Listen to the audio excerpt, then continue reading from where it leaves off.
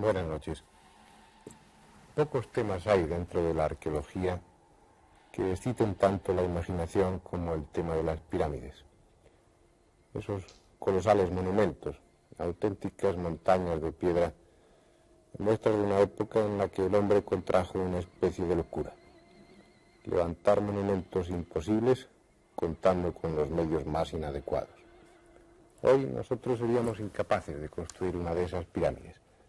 De hecho, cuando las circunstancias nos han obligado a trasladar alguno de esos obeliscos, alguna de esas enormes piedras, toda nuestra técnica, todos nuestros potentes motores, todos nuestros medios tan poderosos, se han visto prácticamente impotentes para desplazar esas enormes masas.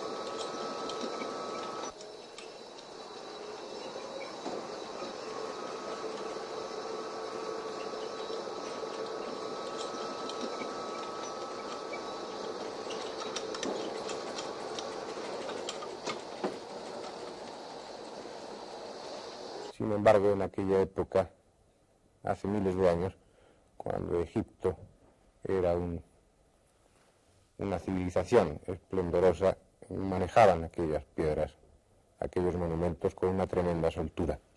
Hablar de Egipto nos lleva forzosamente a hablar de las pirámides.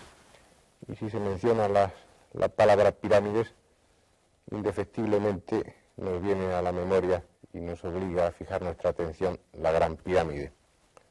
Será imposible en un solo programa poder resumir toda la serie de especulaciones, toda la serie de conceptos que se han vertido en torno a la Gran Pirámide. Y ello es porque, en muchos aspectos, la Gran Pirámide es un puro contrasentido.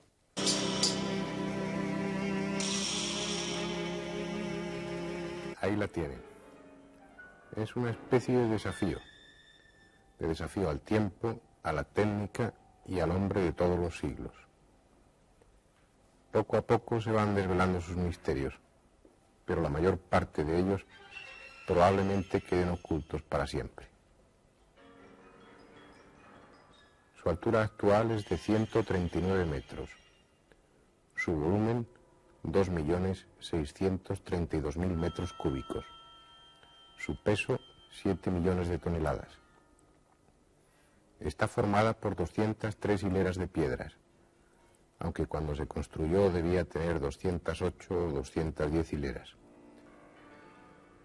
En total se emplearon para su construcción 2.600.000 bloques de piedra. Piedras enormes, labradas con una meticulosa exactitud y que encajan absolutamente, sin dejar un resquicio. Fue construida hace 4.800 años antes de Cristo, es decir, un total de unos 6.800 años. Conviene detenerse un poco en esta cifra. Si ustedes se dan cuenta de que nuestra época actual, no lleva apenas unos 2.000 años transcurridos, y sin embargo, los principios, el año 1, el año 2, los 100 primeros años, parecen lejanísimos en el tiempo. Sin embargo, desde que se construyó la Gran Pirámide, ha pasado 3 veces y media aproximadamente este tiempo. La mandó construir un faraón, el segundo rey de la cuarta dinastía de Manetón. Se llamaba Sofis, Saofis o Keops, como ustedes prefieran.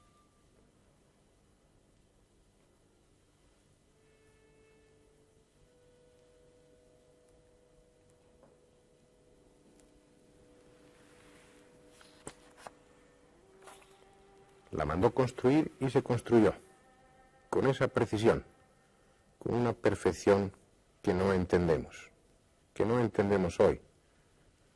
Si pensamos que en aquella época no conocían el hierro como instrumento de trabajo y para tallar la piedra metían cuñas de madera mojada en las grietas y utilizaban mazos de piedra y sierras de cobre. Con esos elementos, la historia nos dice que aquellos hombres construyeron las pirámides. No es de extrañar que mucha gente no se lo crea, entre ellos Bergier, Colosimo y tantos otros.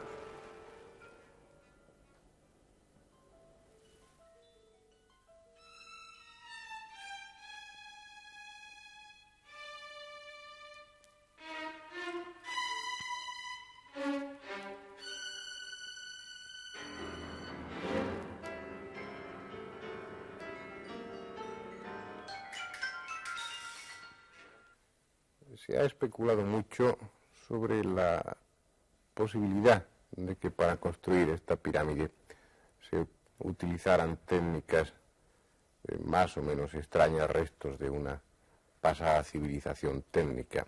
Se ha hablado de que tal vez se utilizara pasta radiactiva para labrar la piedra, se ha hablado de rayos láser, se ha hablado de levitación, se ha especulado mucho. Pero en realidad los egipcios nos dieron la respuesta. Y la respuesta es simple. Lamentablemente está lejos de estas ideas románticas. Los egipcios en sus frescos, en sus bajorrelieves, describieron la técnica que empleaban para construir. Y empleaban esas hachas de piedra y esas sierras de cobre y una acumulación de obreros para sustituir las dificultades técnicas. Heródoto nos dio una serie de datos precisos al hablar de la construcción de la Gran Pirámide. Nos dice que se emplearon 10 años en construir una calzada, una gran calzada de piedras pulidas que servía para arrastrar las piedras que servirían para construir la pirámide. Una calzada que es casi tan importante en cuanto elemento arquitectónico y esfuerzo empleado, casi tan importante como la Gran Pirámide. Esta calzada tenía unos 5 estadios de largo, unas 10 brazas de ancho y unas 8 brazas de alto, es decir, aproximadamente 1 kilómetro de longitud, más o menos 18 metros de anchura y una altura de casi 15 metros. Después una obra colosal. Sin embargo, para construir la Gran Pirámide propiamente dicha, se utilizaron unos 20 años aproximadamente. Unos 20 años de largo y tremendo esfuerzo para esos 100.000 obreros que se relevaban cada 3 meses. Unos 20 años para construir una pirámide que nunca albergó el cuerpo del faraón.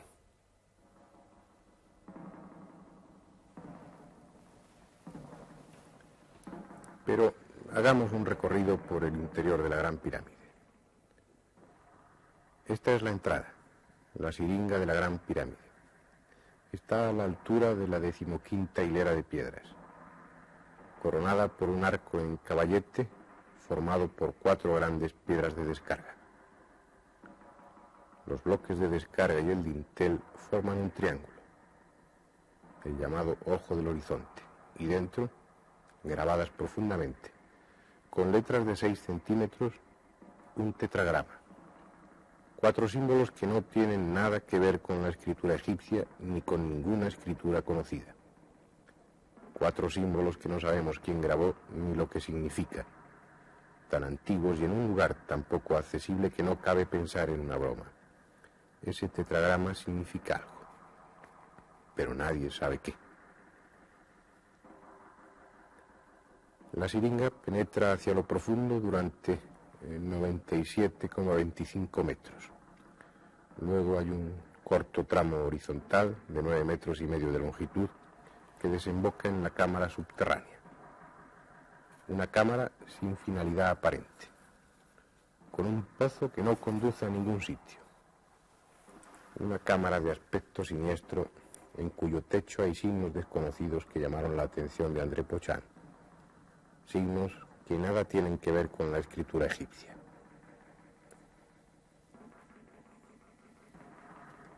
Si abandonamos la cámara subterránea y de nuevo ascendemos por la siringa, a unos 21 metros de la entrada encontramos el comienzo del canal ascendente.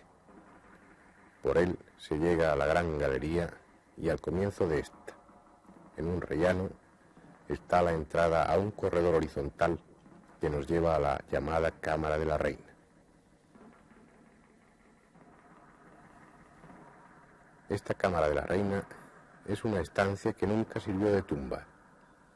Era en realidad la morada secreta de un doble del rey, una estatua de basalto a la que, según los ritos isiacos, de abertura de los ojos y la boca, se le daba vida.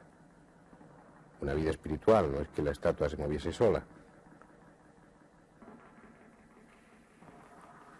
Si volvemos sobre nuestros pasos, llegamos de nuevo a la gran galería, un pasadizo de grandes dimensiones, una altura de casi 9 metros y una anchura de 4 codos, es decir, más de 2 metros.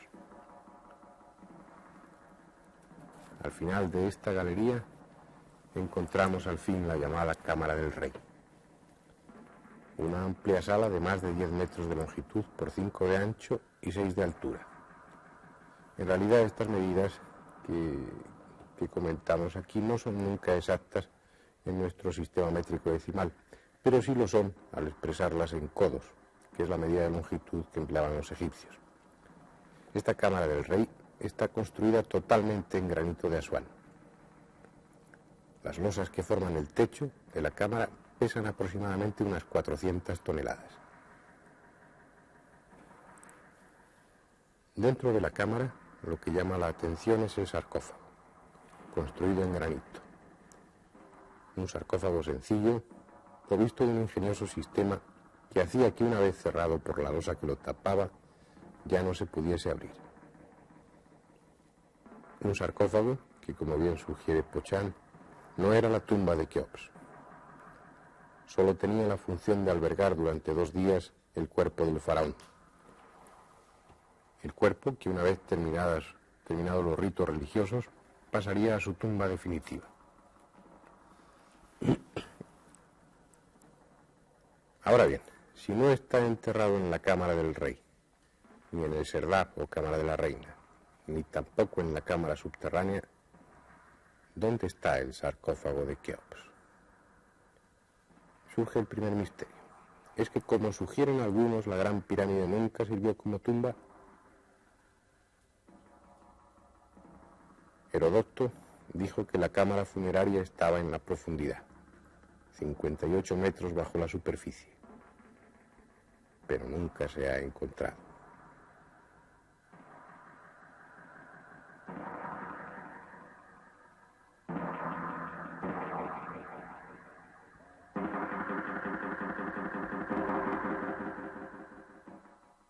Si la Gran Pirámide está llena de interés y de misterio desde el punto de vista histórico y arqueológico, esto no es nada comparado con el tremendo, el enorme sentido hermético, oculto, que muchos pretenden que tiene esta Gran Pirámide.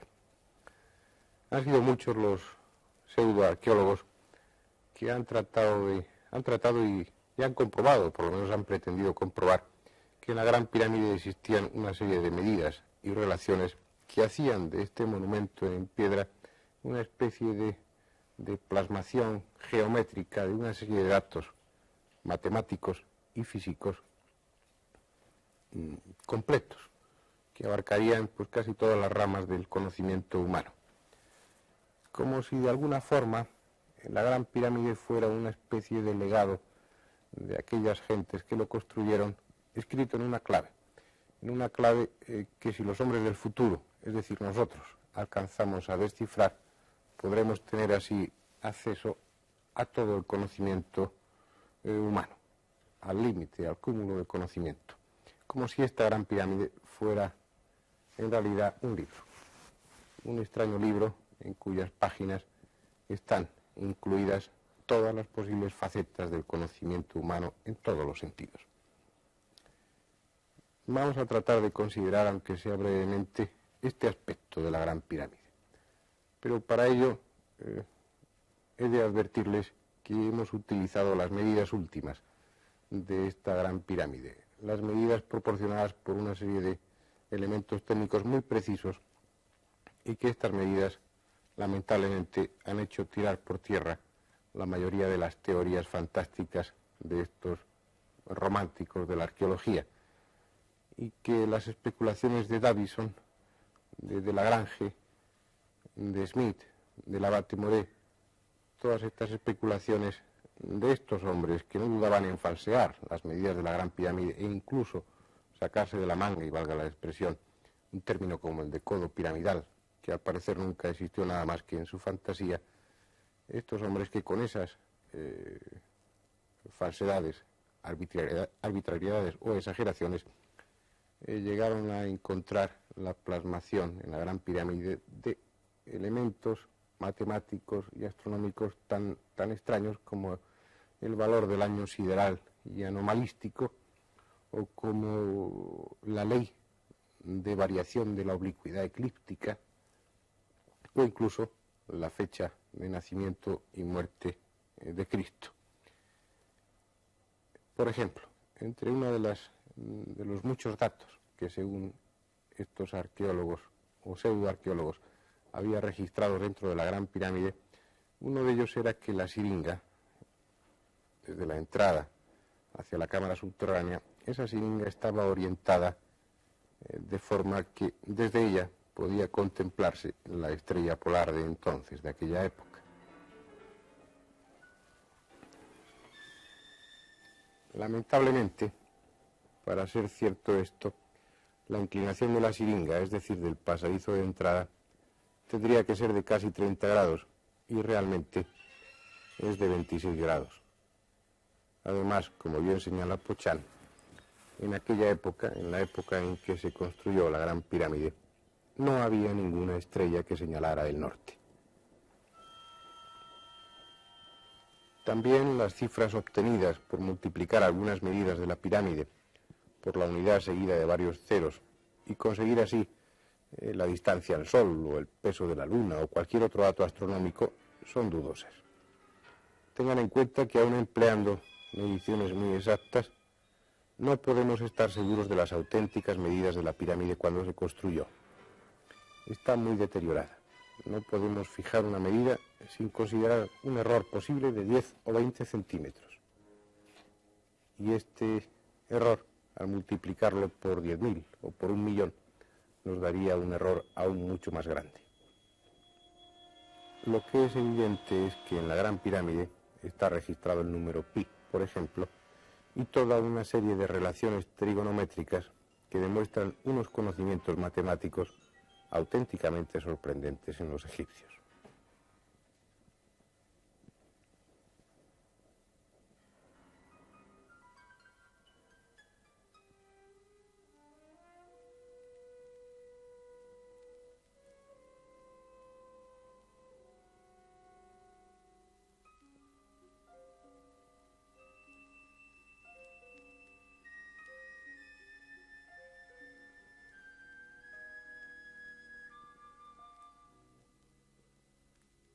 Los que imaginan a los constructores de pirámides como un pueblo primitivo, como un pueblo sumamente lejano de nuestro nivel técnico actual y más cerca de esa época oscura en la que el hombre apenas sabía manejar los elementos, los que piensan que aquellos egipcios, en la época del mayor esplendor de su cultura, eran más o menos primitivos, más o menos ignorantes, se equivocan totalmente.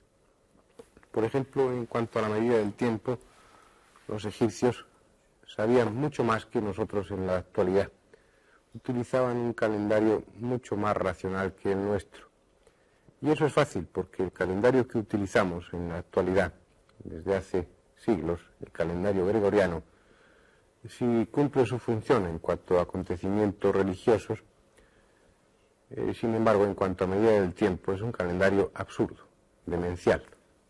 Los egipcios tenían tres tipos de calendarios. Había el del Alto Egipto y el del Bajo Egipto, que eran unos calendarios de 365 días, calendarios móviles, y tenían un tercer calendario, un calendario predinástico, un calendario de tipo trópico, que tenía su origen mucho antes de que apareciera el primer faraón, de que apareciera Menes, es decir, una antigüedad mucho mayor de 8.000 años. Este calendario, que en muchos sentidos es perfecto, según el griego Eusebio, tendría una antigüedad de unos 15.000 años. Lo que sí es seguro, lo que sí es importante considerar, es que los conocimientos astronómicos de los egipcios estaban muy desarrollados. Conocimientos astronómicos que estaban plasmados en su mayor parte dentro de la arquitectura y de las medidas de la Gran Pirámide. Uno de estos datos viene reflejado por la prodigiosa orientación que ofrece este monumento. Es seguro que durante la Cuarta Dinastía se midió la Tierra. Se había medido en otras ocasiones y en tiempos más antiguos, pero durante la Cuarta Dinastía, en la época previa a la construcción de la Gran Pirámide, también se había medido. Y esas medidas obtenidas también están registradas en la Gran Pirámide. Pero sobre todo, a nivel de conocimientos astronómicos, lo que más llama la atención, lo que más entra por los ojos, considerando la arquitectura de la Gran Pirámide, es un curioso efecto de luz que sus constructores, sus arquitectos consiguieron y mediante el cual era posible obtener con toda seguridad el momento preciso en que se iniciaban los equinoccios.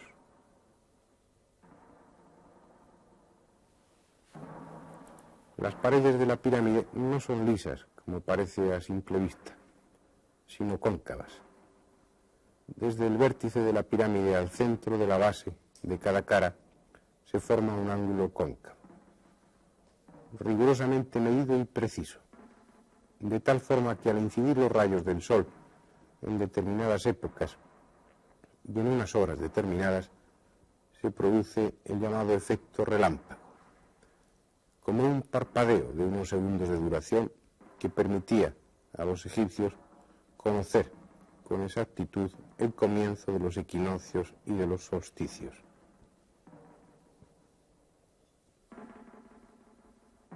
La Gran Pirámide de Keops, cuyo faraón aún no ha sido descubierto, era tumba y era templo solar, una enorme construcción de piedra que estaba pintada de color rojo brillante y que nunca ha terminado en punta.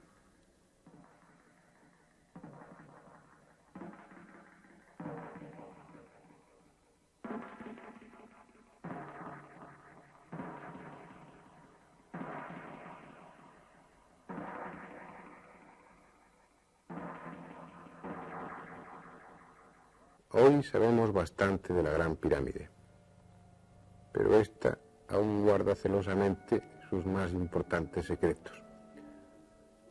Puede que un día seamos capaces de descifrarlos, y puede que así entendamos mejor a un pueblo, un extraño pueblo cuyo origen se pierde en conjeturas, un extraño pueblo que poseía una serie de conocimientos tan elevados, que llevan implícita una tecnología tan desarrollada que solo cabe una posibilidad, que hubieran heredado esos conocimientos de un pueblo, de una cultura mucho más antigua, perdida en la más oscura noche de los tiempos.